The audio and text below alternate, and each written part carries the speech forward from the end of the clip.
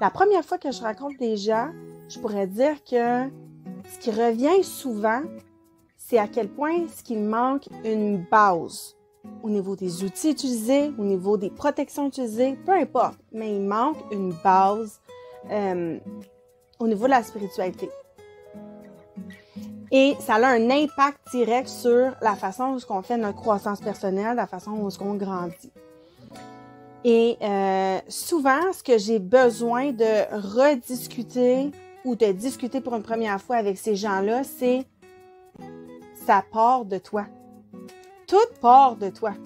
De comment tu vois les choses autour de toi. Ça, autrement dit, on parle de ton mindset. Si ton mindset est négatif, tout ce que tu vas voir, ça va être un obstacle. Tout ce que tu vas voir, ça va être un prétexte.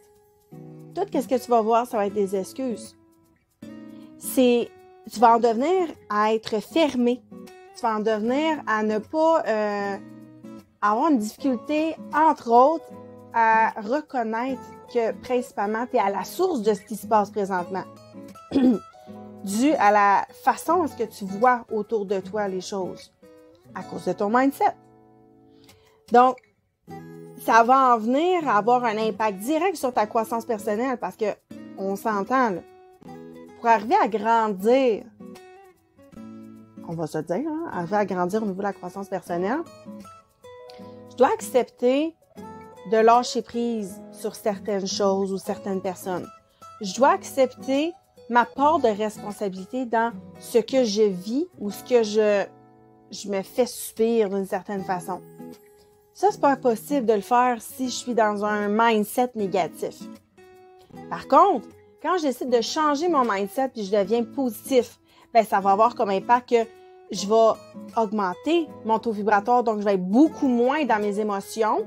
Mes émotions vont être encore là, mais je vais être beaucoup moins envahie. Donc, je vais être beaucoup plus enclin à voir ce qui s'entoure autour de moi, à voir l'énergie qui tourne autour de moi, les gens qui tournent autour de moi.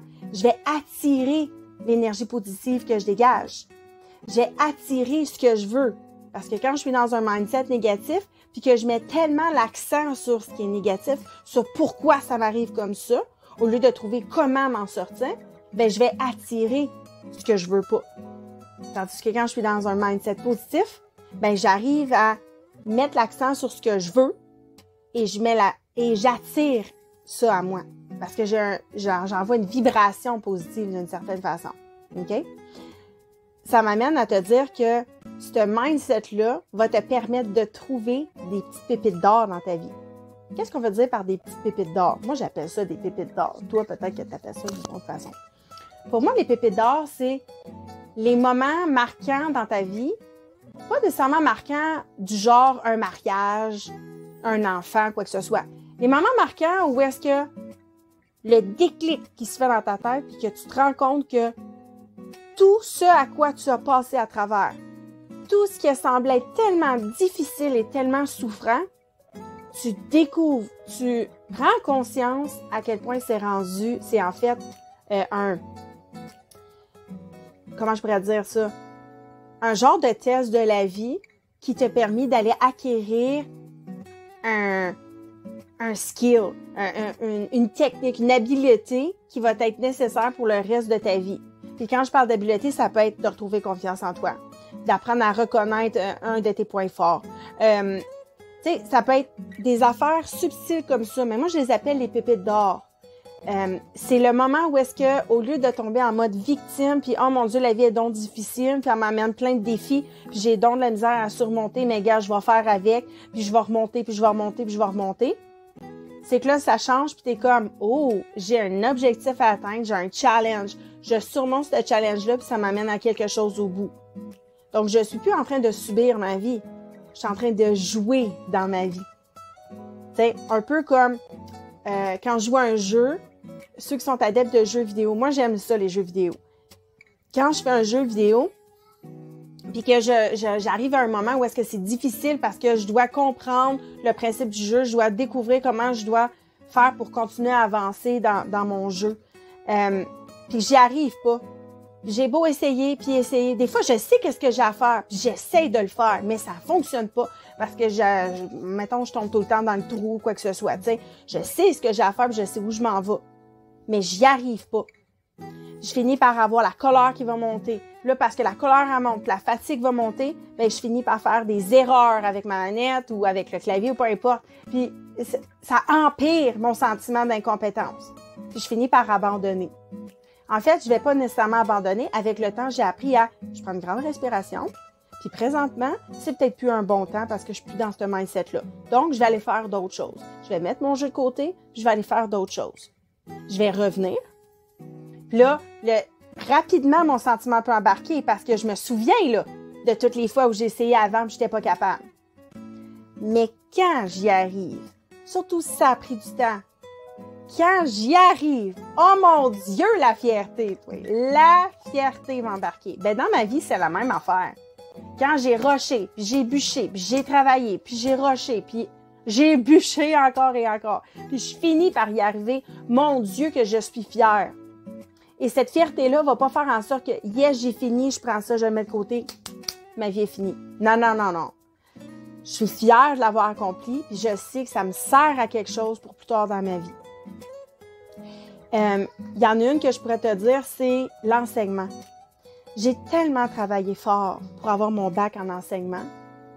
Et entre-temps, là-dedans, j'ai eu mon premier enfant, tu sais, puis vraiment, là, des nuits à dormir debout. Tous ceux qui m'écoutent en ce moment, qui sont des étudiants, là, ah, tu sais de quoi je parle, hein? Tous ceux qui sont parents et qui avaient d'autres choses à faire en même temps, comme un travail, quoi que ce soit, c'est de quoi je parle. Donc, mais quand j'ai eu mon bac, j'étais fière, mais je savais que, oui, je voulais aller en enseignement, mais il y a quelque chose. Il y avait quelque chose. Mais je m'étais dit, j'ai tellement pas travaillé fort pour rien. Donc, j'ai trouvé un emploi. Je travaille comme enseignante en plus, tu sais. Mais il y a un petit quelque chose qui manque. Il y a un petit quelque chose qui manque. Puis, plus les jours, les semaines, les mois ont avancé, plus les années ont avancé, plus je me suis rendu compte que, à ta minute, là, le bac en enseignement m'a amené plusieurs habiletés nécessaires pour devenir une formatrice. Parce que moi, ce que je veux faire, vraiment dans le fin fond de mon cœur, ben oui, c'est d'enseigner. Ça fait partie de mes valeurs, puis ça fait partie de la mission libérationnelle de transmettre le savoir pour qu'il puisse perdurer dans le temps. Ben, je peux très bien enseigner autre chose que le français. Et mes compétences en enseignement que j'ai acquis à l'école et en tant qu'enseignante également sur le terrain font en sorte que ça vient teinter la façon que je travaille, la façon que je monte les parcours spirituels pour vous, la façon que j'enseigne, la façon que je transmets des connaissances, la façon que je me prépare pour justement monter tout ça. Ben, si j'avais pas mon bac en enseignement, ça serait pas pareil. Ben, ça, c'est une pépite d'or. Je l'ai pas trouvée tout de suite. Je l'ai découverte seulement plus tard. Donc, c'est ça que je veux dire par pépite d'or. Puis quand on a un bon mindset, qu'on est positif, ben, on arrive à le trouver. Sinon, si j'étais restée dans mon mindset négatif, puis de me dire, ouais, j'ai fait ça pour rien, va falloir que je recommence, tabarnouche, nanana, j'aurais pas nécessairement été capable de trouver ça et je m'en serais pas servi pour activer davantage mon feu intérieur. Et ça m'a amené à laisser place à mon soi supérieur au lieu de mon ego. Hein? Parce que quand je suis dans mon mode victime, quand je suis en train de me taper sur la tête, ben, je suis dans mon ego. Et je me laisse envahir par mes émotions. Et quand je suis dans mon soi supérieur, je lâche prise. Je me permets de lâcher prise et de me dire que ce qui s'en vient, c'est bien, c'est meilleur, que rien n'arrive pour rien. Tout le monde qui me connaît là, le sait que c'est ma phrase. Rien n'arrive pour rien. Il y a toujours une raison, même si sur le coup ça a l'air bien négatif puis on se dit c'est pas nécessaire, il y a toujours une raison. Et ben ça en fait là, une partie de ce que je t'ai parlé là aujourd'hui, c'est dans le premier module. En fait, c'est dans le module les principes de base de mon parcours spirituel, développer ces outils spirituels en 1 mois.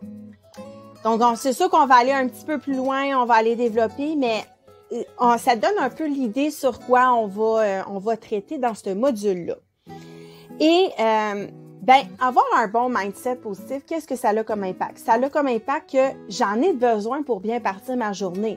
Tu es d'accord avec moi que ta journée commence au matin? Ou, attends, je sais qu'il y en a qu'eux autres, leur matin, c'est la nuit. Fait qu'on va s'entendre pour se dire que la journée commence quand mes yeux, ils s'ouvrent, puis je suis prête à partir. Pas quand je me réveille dans la nuit, puis j'étais pas due là, pour me réveiller. Mais quand mes yeux, ils s'ouvrent, puis je suis prête à partir, ma journée commence là. T'es d'accord avec moi que si, admettons, t'avais fait un cauchemar, ta journée sera pas pareille que si t'as fait un beau rêve. Si tu te fais réveiller par une mauvaise nouvelle ou que tu te fais réveiller en étant brusqué, en étant bousculé, ça sera pas pareil que si on vient te réveiller doucement ou que c'est par toi-même que tu te réveilles. Donc, c'est pour ça que c'est important que tu commences ta journée du bon pied. Et ça m'amène à te dire que c'est pour ça que j'ai créé une checklist de choses qui sont de trucs, je te dirais, une checklist de trucs qui vont t'aider à bien partir ta journée. Il y en a plusieurs parce que je me dis, on est plusieurs, chacun est unique, puis il y a des trucs qui fonctionnent pour certaines personnes, il y en a d'autres que ça va être d'autres trucs qui vont fonctionner. Et on s'entend, j'ai pas mis tous les trucs qui existent sur la planète, là. J'ai mis ceux que je trouve que pour moi, ça fonctionnait bien ou que j'ai entendu de personnes dans mon entourage que ça fonctionnait pour eux.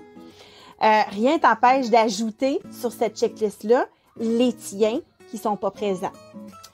Fait que je te mets en commentaire le lien. Tu vas pouvoir aller cliquer dessus et ça va t'amener à pouvoir recevoir ta checklist par courriel. Puis, en même temps, tu sais quoi, je te dis, une fois que tu vas l'avoir reçu, tu vas l'avoir testé là, dans ta vie, viens donc partager dans le groupe le truc, ou les trucs qui fonctionnent bien pour toi ou en tout cas que tu préfères.